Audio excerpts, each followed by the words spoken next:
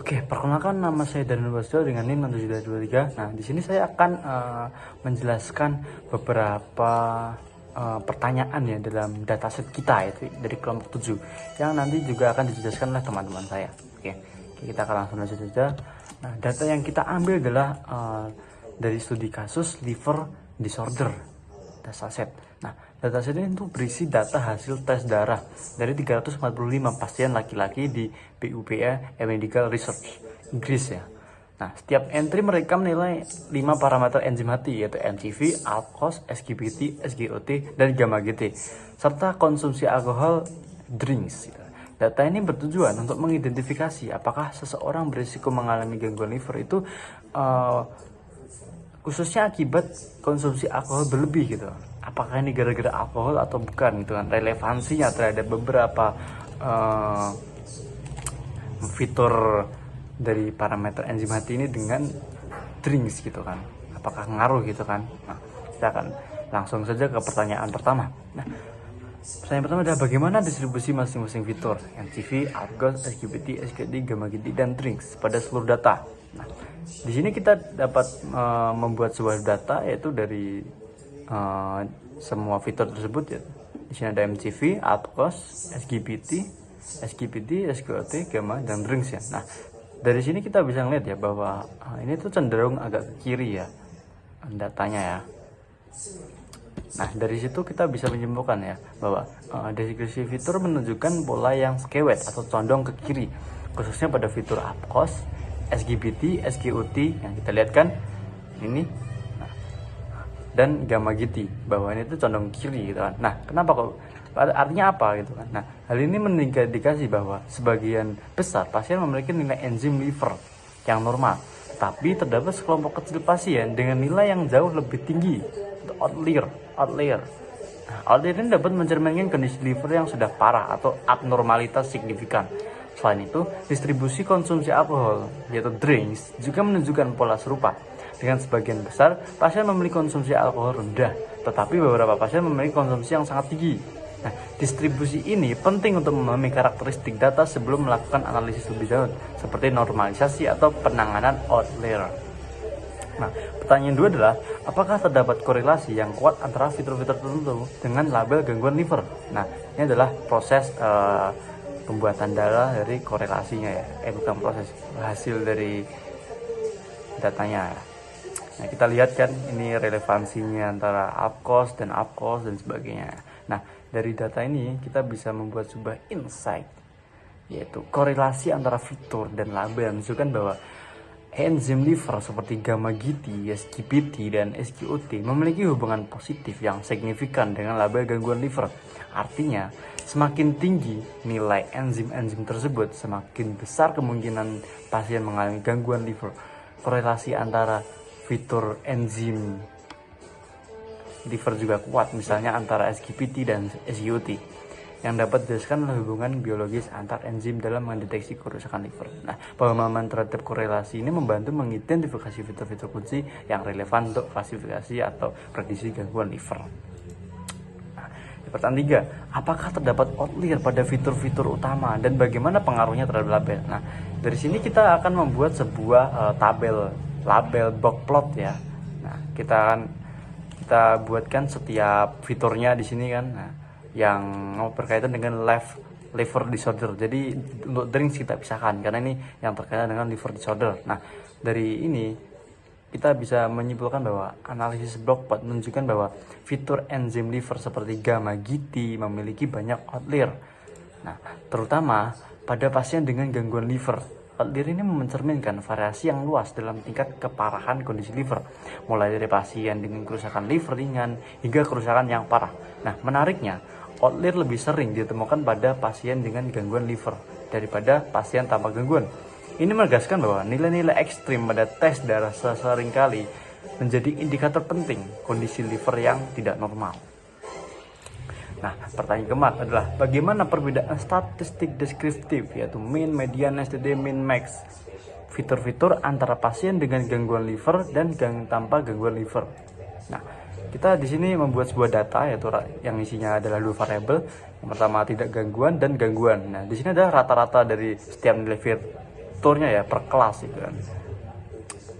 Konsumsi alkohol, yang mengkonsumsi alkohol. Nah, di sini kita bisa menyimpulkan bahwa statistik deskriptif menunjukkan perbedaan yang signifikan antara pasien dengan dan tanpa gangguan liver. Rata-rata dan median nilai enzim hati seperti gamma GT, SGPT, dan SGOT jauh lebih tinggi pada pasien dengan gangguan liver. Hal ini menunjukkan bahwa kerusakan liver secara langsung tercermin dalam hasil tes darah. Selain itu, standar deviasi yang lebih besar pada kelompok gangguan liver menunjukkan bahwa variasi kondisi dalam kelompok ini lebih besar, mencerminkan perbedaan tingkat keparahan gangguan liver pada individu. Nah, untuk pertanyaan kelima adalah, apakah konsumsi alkohol yaitu drinks signifikan atau berhubungan dengan gangguan liver? Nah, di sini kita akan jawab dengan membuat sebuah tabel box plot lagi ya. Di sini nanti ini adalah distribusi konsumsi alkohol per kelas. Nah, kita bisa lihat kan bahwa 0 itu tidak gangguan, yang 1 gangguan. Kita bisa lihat sendiri bahwa yang 1 ini cenderung tinggi ya. Nah, dari ini kita bisa membuat sebuah insight di mana alkohol ini menunjukkan bahwa pasien dengan konsumsi alkohol menunjukkan bahwa pasien dengan gangguan liver memiliki konsumsi alkohol yang jauh lebih tinggi dibanding pasien tanpa gangguan. Hal ini memperkuat pemahaman bahwa alkohol adalah salah satu faktor risiko utama untuk gangguan liver. Konsumsi alkohol tinggi dapat menyebabkan kerusakan liver yang signifikan, yang tercermin dalam nilai enzim hati yang lebih tinggi dan peningkatan risiko gangguan liver. Nah, dari data yang ini kita bisa menunjukkan bahwa alkohol ini sangat berpengaruh ya terhadap gangguan liver gitu loh, meningkatkan risiko gitu ya. Nah, oke. Selanjutnya pertanyaan akan dilanjutkan oleh teman saya. Oke, pertanyaan ke-6. Fitur mana yang paling berkontribusi dalam membedakan pasien dengan dan tanpa gangguan liver? Nah, di sini kita membuat grafik data ya, yaitu fitur important ya. Fitur yang penting untuk random forest untuk liver disorder ya. Nah, dari data ini kita membuat sebuah insight yang dimana analisis fitur importance dengan random forest menunjukkan bahwa gamma GT, SGPT, dan SGOT adalah fitur paling penting dalam membedakan pasien dengan dan tanpa gangguan liver. Nah, enzim-enzim ini secara langsung mencerminkan kondisi hati, sehingga peningkatan nilainya seringkali menjadi indikator utama kerusakan liver. Nah, informasi ini sangat berguna untuk pengembangan model prediktif yang fokus pada fitur-fitur yang relevan untuk didiagnosis. Nah, selanjutnya akan dijelaskan oleh teman saya. Halo semuanya, perkenalkan nama saya Mukti Jenal dengan NIM 67203266. Di sini saya akan menjelaskan pertanyaan ke-7 hingga pertanyaan ke-10 dan juga men-showcase coding yang telah saya buat. Di sini untuk pertanyaan ke-7, adakah kombinasi fitur yang membedakan dua kelompok secara visual?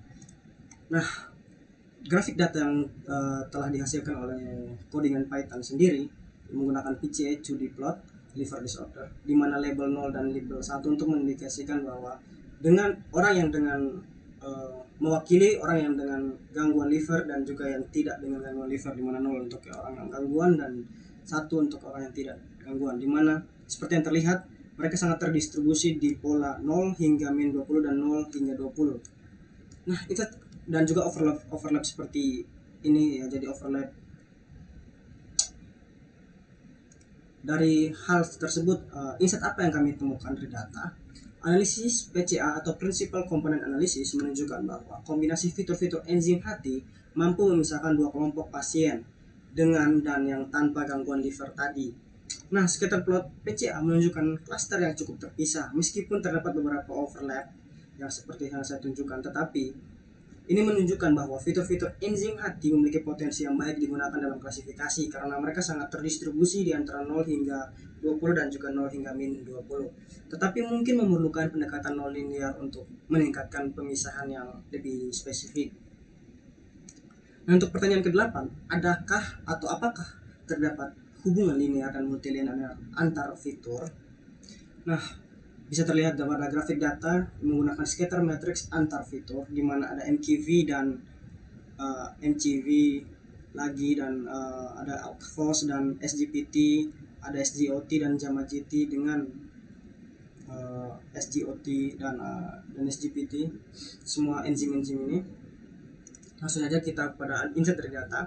Scatter matrix ini menunjukkan bahwa terdapat hubungan linear antar beberapa fitur seperti antara SGPT dan SGOT, enzim SGPT dan SGOT ini. Hubungan ini konsisten dengan fakta biologis bahwa kedua enzim ini sering meningkat bersamaan pada kerusakan liver.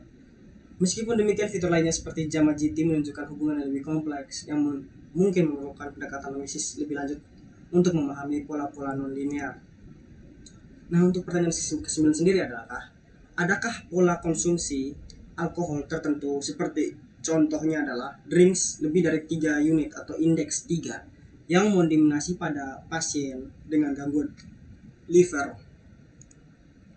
Seperti yang grafik data yang telah dihasilkan oleh codingan, distribusi kategori drinks, jumlah dan drinks CRT di mana CAT di mana 0 hingga 2 unit itu mendominasi dengan jumlah hingga 120 lebih di antara 140 berarti kemungkinan besar 130 sampai 135 unit 3 sampai 5 drinks per harinya itu dengan jumlah 110 lebih dan seterusnya drinks 6 sampai 10 di mana hampir 90-an dan lain sebagainya, ada 11 sampai 20 dan lebih dari 20 drinks atau unit per harinya atau indeks 20. Nah, apa yang kami temukan dari data tersebut?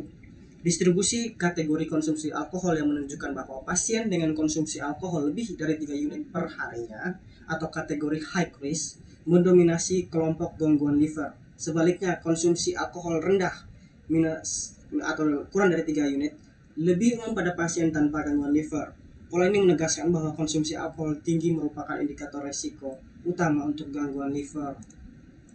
Nah, untuk pertanyaan ke-10, bagaimana hubungan antara konsumsi alkohol, drinks, dengan masing-masing enzim liver atau ACVOS, ada SGPT, SGOT, dan gamma GT. Di sini kami menggunakan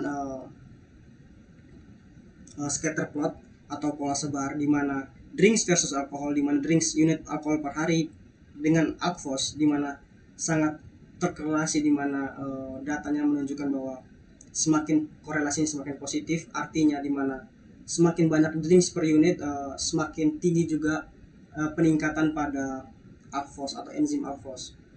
Begitu pada juga gamma GT, SGPT versus drinks seperti yang terlihat terdistribusi di antara 20 hingga 40. Jadi semakin banyak seorang drinks per unit alkoholnya per harinya semakin meningkat, itu juga meningkatkan itu juga meningkatkan seiring waktunya dengan SGPT atau enzim SGPT. Begitupun juga pada SGOT dan juga gamma GT seperti yang terlihat pada grafik data.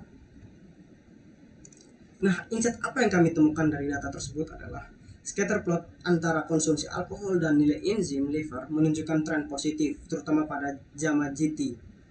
Ini berarti bahwa semakin tinggi konsumsi alkohol, semakin tinggi pula nilai gamma GT, yang merupakan indikator utama kerusakan liver. Korelasi numerik juga mendukung temuan ini, dengan gamma GT menunjukkan korelasi terkuat dengan konsumsi alkohol dibandingkan dengan enzim lainnya. Hal ini menegaskan bahwa konsumsi alkohol tinggi berdampak langsung pada peningkatan enzim hati yang mencerminkan kerusakan liver. Mungkin kita langsung saja kepada codingannya. Kita install terlebih dahulu UCML repo untuk kita bisa mengimport library dan juga data setnya, lebih tepatnya data set dari liver disorder ini, dimana instance di sini ada 345 baris dan 5 features atau 5 kolom. Setelah sudah berhasil, kita import library apa aja yang kita pakai. Ada pandas, numpy, matplotlib, ada seaborn, ini untuk grafik-grafiknya. Jadi UCML repo untuk mengambil datasetnya lagi, ada sklearn. Nah, setelah kita berhasil mengimport, kita load datasetnya. Nah, load dataset sendiri sudah berhasil di load, di mana ada info dan distribusi data, di mana ada 0 hingga 6. MCV, ada ACVOS, ada SGPT, SGOT, gamma GT, drinks, dan liver disorder, di mana ini untuk fitur-fiturnya. Dan ini statistik deskriptifnya, ada count 345 di setiap kolom.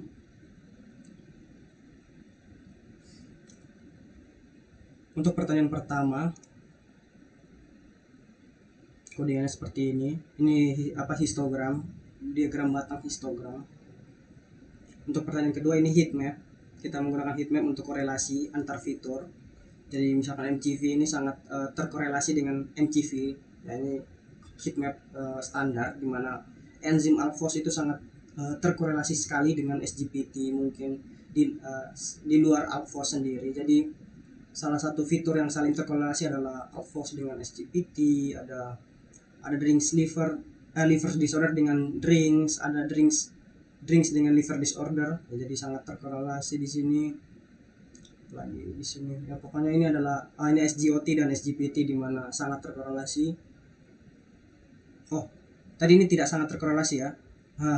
Alphos dan SGOT semakin tinggi atau semakin mendekati warna merah berwarna ini, berarti ini sangat terkorelasi, sangat dekat heat mapnya atau fiturnya sangat terkorelasi atau sangat terhubungan antar fitur itu. Jadi 0,08, sorry saya pikir tadi 0,8. Nah, semakin tinggi akan semakin merah. Seperti ini, satu. Artinya JAMA GT dengan JAMA GT tentu akan sangat terkorelasi karena ya JAMA GT dengan JAMA GT. Seperti itu.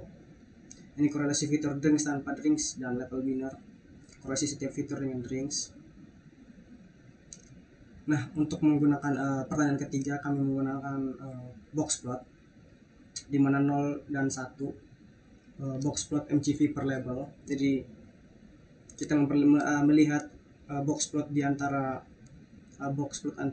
liver disorder yang dengan angka MCV enzim di atas 90 dengan liver disorder 0 ataupun 1 seperti ini dan lain sebagainya. Untuk pertanyaan keempat, ini menggunakan diagram batang juga. Untuk pertanyaan ke-10 ini menggunakan box plot lagi. Tapi ini untuk distribusi konsumsi alkohol per kelasnya. 0 untuk tidak gangguan dan 1 untuk gangguan. Fitur mana yang paling berkontribusi membedakan pasien dengan tanpa gangguan liver? Yang dengan dan tanpa gangguan liver.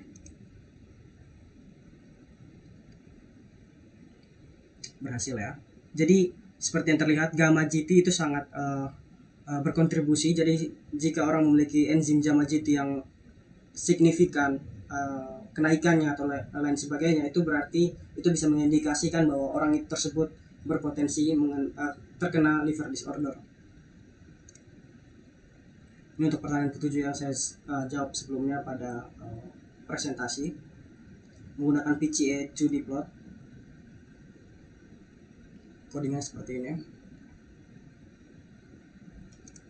Untuk pertanyaan ke-8 menggunakan scatter matrix seperti ini.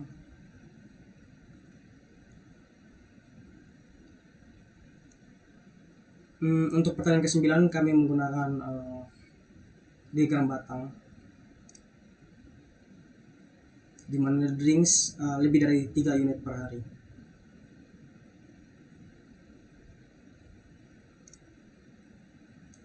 Nah, ini untuk pertanyaan ke-10 di mana bagaimana hubungan antara konsumsi alkohol dengan apakah konsumsi alkohol yang lebih tinggi cenderung berkorelasi dengan kenaikan enzim-enzim tersebut. Nah, seperti yang terlihat selain drinks di sini angka terbesar yang menunjukkan bahwa unit tertinggi di mana gamma GT adalah selain drinks itu juga menunjukkan bahwa indikator terbesar untuk indikator yang akan menunjukkan bahwa orang yang terkena bisa berpotensi terkena liver disorder. Ya, kurang lebih seperti itu. Terima kasih.